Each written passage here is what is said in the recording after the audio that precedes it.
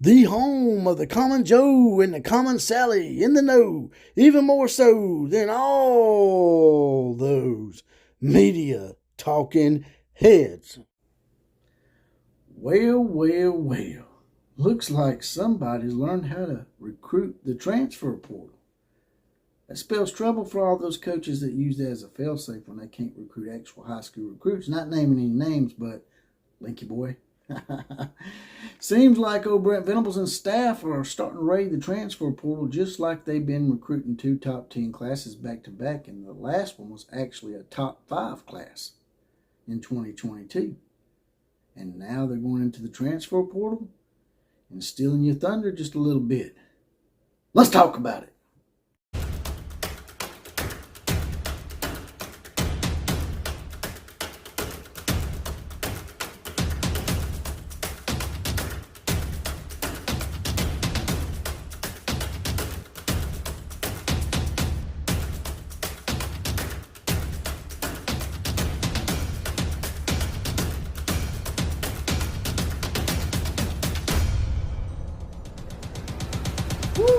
Riding in on the Outlaw Posse once again for an episode of the OCF. That's the Outlaw of College Football. That's me, JPC. Also on Twitter at OCF Productions. Now, getting right to it, seems like Brent Venables and staff have gotten their feet wet and got their feet underneath them. And not only are they recruiting top 10 classes both years and 1 top 5 class, but now they're going into the transfer portal, where a lot of coaches who, to me, can't really recruit as well on the recruiting front as far as high school players go in there to make amends for their shortcomings.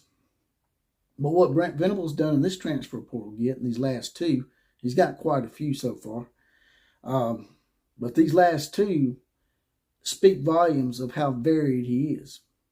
As you know, he's already got quite a few great defensive players recruited to this incoming class in 2023 as well.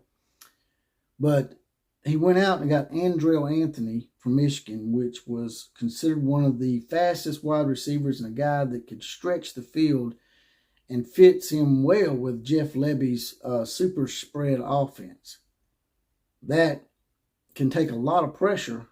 If you got a receiver like that, he can take a lot of pressure off the quarterback and also possibly open up your running game as well. And if you have an offense that can run and pass the ball, I mean, that's the whole goal as far as an offense, is to have a very varied and across-the-board offense that can do both run and pass. Also, he got this great defensive player just now, Rondell Boothroyd. I don't know if I pronounced his name right. You know how I am about these last names. They say he measures up at 6'4", 265 pounds, but is now weighing in more at 280 pounds, which makes him the prototype to play any position he wants, really. They're going to use him on the defensive line in certain sets.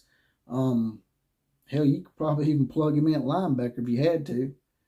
With that kind of skill set that he has, and the length and just the overall size. I mean, he's not too small, but he's not too big. So the guy's going to have amazing speed. Can give Oklahoma the pass rush they've been looking for. It says here that Andrel Anthony is a big play receiver from Michigan. He had 20.7 yards per reception. That's pretty good. And will help stretch the field, as I said earlier. Rondell Boothroyd, he's a great pass rusher, it says. Had 14 career sacks at Wake Forest. If you can go to Wake Forest and help make Wake Forest a contender, as you know, that's one of the smallest budgeted programs in the FBS, then you're doing something. You're doing something really well. And I think that the fact that he's coming over and he's supposed to be this great pass rusher, he's supposed to have real good pass rushing skills, is going to complement Ethan Downs very well. You know, Ethan Downs had a very great finish to his 2022 season. If you can get Ethan Downs and get Boothroyd in there on the same page, and Boothroyd pans out to be what they think he's going to be, because they're saying, a lot of the pundits out there are saying that he could be the real deal as far as pass rush goes, which is what Oklahoma's been looking for. If you can get a defense that can get a pass rush, and then you have an offense like Jeff Lebby's that's going to have a varied attack where you can actually maybe run and pass the ball, that's a pretty nice equation for a lot of success.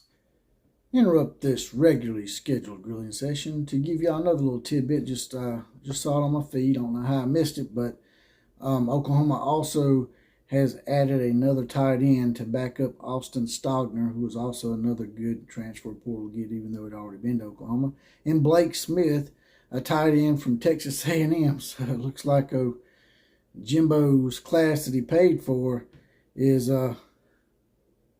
maybe he needs to get a refund. I don't know. But now, let's get back to the grilling session.